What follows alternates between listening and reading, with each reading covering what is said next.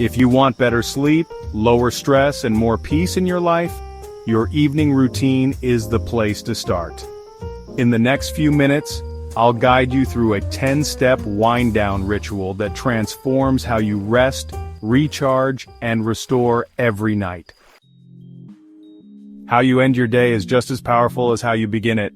Let's reclaim your nights. Think of this like telling your brain, it's time to wind down. You don't need to quit tech. Just give your brain time to disconnect.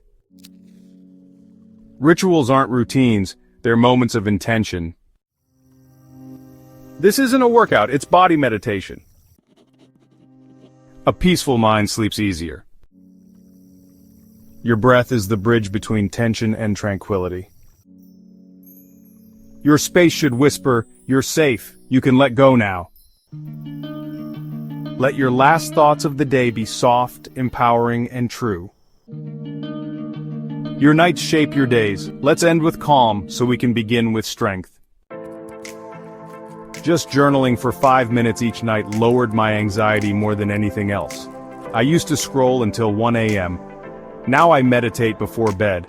I wake up more rested than ever.